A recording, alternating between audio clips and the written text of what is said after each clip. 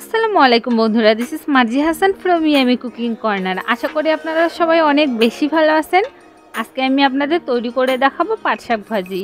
আর এই পাট শাক ভাজিটা আমি কিন্তু করে দেখাবো একটু ডিফারেন্ট স্টাইলে। খেতে কিন্তু অনেক বেশি টেস্টি হবে, ফ্যামিলির সবাই অনেক বেশি এনজয় করবে। পুরো ভিডিওটি দেখে নেওয়ার অনুরোধ রইল। আর যারা এখনও আমার চ্যানেলটিকে সাবস্ক্রাইব করেননি, please subscribe my channel. So আর কথা না বাড়িয়ে চলুন তাহলে দেখে নেওয়া যাক আজকের মজাদার রেসিপিটি।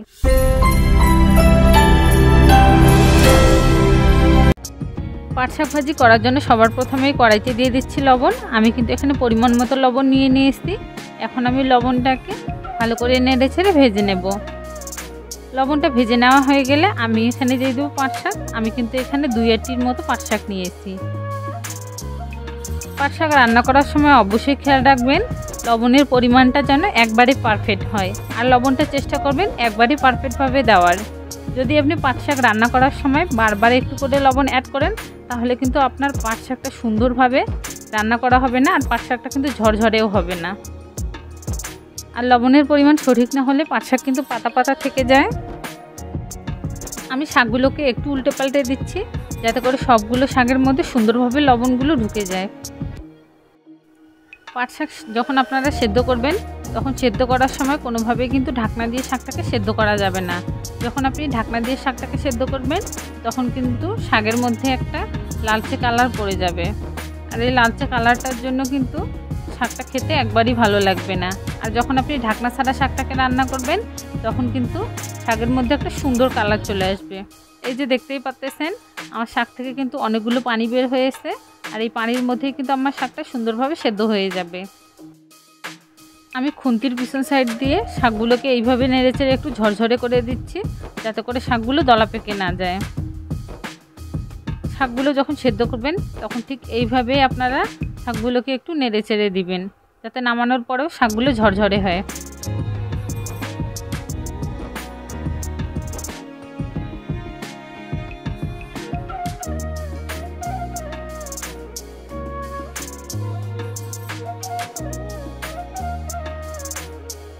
আমার শাকগুলো কিন্তু এখানে সুন্দরভাবে সেদ্ধ হয়ে গেছে। আর শাকগুলোকে কিন্তু বেশি করে সেদ্ধ করে নেওয়া যাবে না, তাহলে কিন্তু শাকগুলো দলা পেকে যাবে।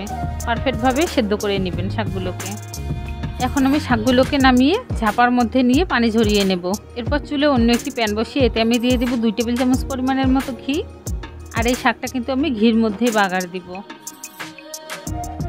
এরপর ঘিগুলো গলতে শুরু করলে এখানে আমি দিয়ে দিব থেতো করে রাখা 3টি রসুন। এরপর দিয়ে দিব 2টি পেঁয়াজ কুচি।